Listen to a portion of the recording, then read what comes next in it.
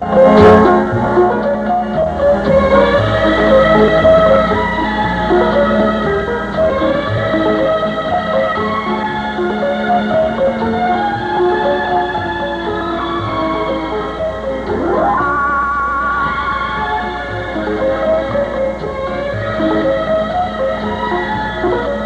José do Rio Preto é a cidade que, além de sua posição privilegiada geograficamente, tem o seu povo culto e progressista, até mesmo nos pleitos eleitorais, escolhendo seus dirigentes para que possam torná-la cada vez mais bela.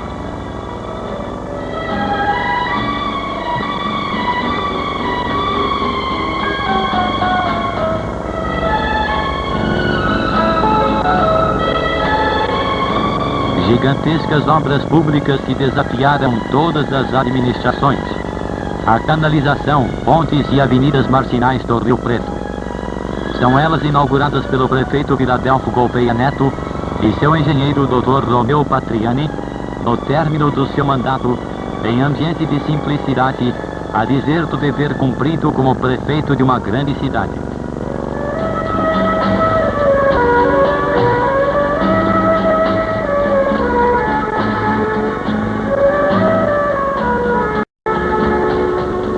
Duas monumentais pontes são inauguradas sobre o leito do rio e, ficando vasta área a ser desapropriada pelo futuro administrador, já com planos prontos para a execução do viaduto sobre a estrada de ferro Araraquarense e a praça cívica, dando assim a cidade ao bairro de Maceno, velha aspiração dos seus moradores.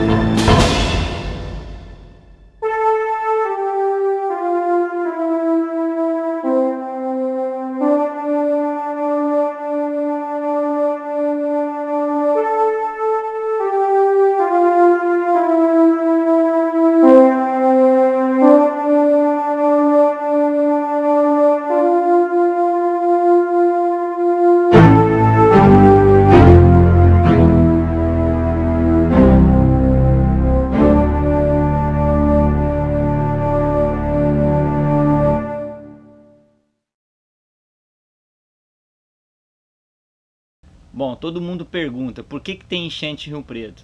Primeiramente, é preciso dizer que enchentes não é sinônimo de catástrofe. Enchentes é um fenômeno natural que ocorre com todos os rios. Acontece que todos os rios têm a sua área de inundação. E a enchente ela passa a ser um problema para o homem quando o homem ele se intromete nessa área de inundação, nas margens dos rios, promovendo a mudança do ambiente, removendo a várzea, removendo a mata ciliar e principalmente impermeabilizando o solo. Aí a enchente passa a ser um problema para o homem, porque a enchente é um fenômeno natural, desde a época da pré-história, desde a época que surgiu o planeta, ocorrem enchentes. Isso é cíclico. Então a enchente ela passa a ser um problema quando o homem se intromete lá na área de inundação, como ocorreu em São José do Rio Preto ao longo dos últimos 50 anos. O desenho do centro urbano de Rio Preto é delimitado por 3 fundos de vale, né?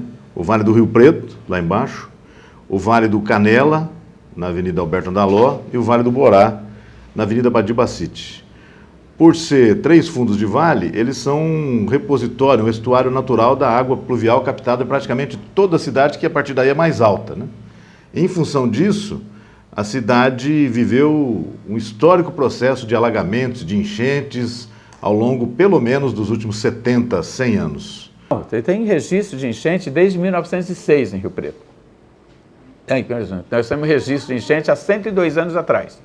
Tá? Então, em 1955, quando teve uma grande enchente que foi fotografada pelo Jaime Colagiovanni, logo que ele chegou aqui em Rio Preto, provavelmente nós não teríamos hoje, se eles tivessem observado aquele momento, eles teriam planejado a cidade de forma diferente para o futuro. Na época em que eu era repórter, depois editor, por exemplo, do Diário da Região, a gente sabia que as enchentes nos fundos de vale do centro da cidade eram um acontecimento anual. Pelo menos uma vez por ano, entre janeiro e março, elas se repetiriam. Então, a enchente ela pode ser explicada como um caso típico de uma errônea política de ocupação do solo, além do equívoco que marcou a implantação das avenidas de fundo de vale. Então essas avenidas elas deveriam ser melhor planejadas, considerando inclusive o crescimento da cidade. O que ocorre? Os canais do Borá e do Canela eles foram canalizados numa época que a área de impermeabilização que contribuía para essa bacia era pequena. Com o crescimento da cidade, consequentemente uma maior impermeabilização do solo, esses canais ficaram subdimensionados. Eles não atendem mais à vazão que eles recebem. E tem um problema mais grave ainda. Com o assoreamento do Rio Preto, em função da ausência de curvas de níveis, a montante da represa, nas áreas rurais adjacentes à cidade, toda a areia dessa área vem para as baixadas. Acaba acontecendo que a sedimentação do fundo do rio. Isso faz com que a água no Rio Preto tenha uma velocidade inferior à água que ele recebe dos canais, ocorrendo um refluxo nesses pontos. Então isso ainda piora ainda mais a situação.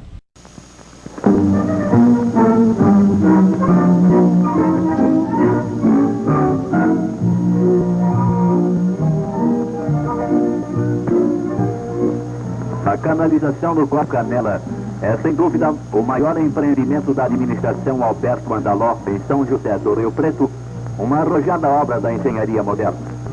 Realizada toda em concreto armado, a canalização entre as ruas Pedro Amaral e Independência tem uma extensão de 1.000 metros.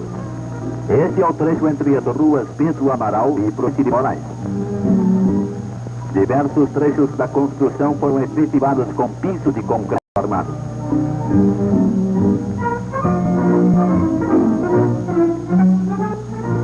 Uma arcada de concreto armado e o seu serviço de aterro.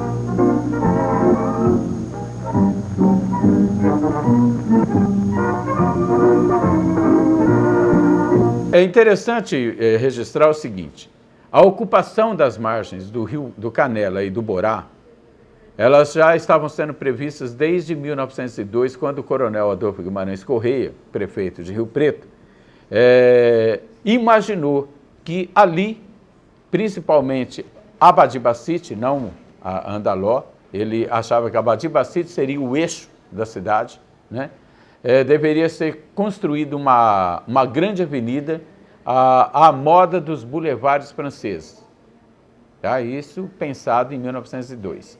porque ele imaginou que a cidade cresceria para Boa Vista e não para os lados da Redentora. Tá? Então era uma outra visão de cidade.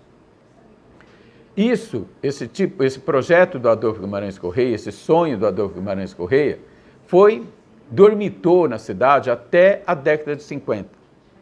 Com a eleição do Alberto Andaló em 1955, ele assumiu a prefeitura em 1956, 7, 8, 9, em 1956, ele buscou em São Paulo um arquiteto, um urbanista, chamado Heitor José Eiras Garcia. O Eiras Garcia era famoso em São Paulo, trabalhava com o Lino de Matos, que foi prefeito de São Paulo, veio para cá e elaborou um plano diretor para São José do Rio Preto, que até então a cidade não tinha plano diretor. Ele tinha código de obras, tinha uma série de coisas, mas não tinha um plano diretor propriamente dito que fizesse a cidade expandir, que fizesse a cidade se organizar. E dentro desse plano diretor, previu a abertura de avenidas em cima dos córregos, Borá e Canela. Tá? Agora, o que aconteceu? Abriu-se a avenida. Só que o que eles não levaram em conta é que naquela época a cidade tinha 50 mil habitantes e essa cidade estava em fase de crescimento. E o que fizeram? Construíram, primeiro, rebaixaram o rio e canalizaram o rio. O rio está, na verdade, a 1,5 metro abaixo da avenida.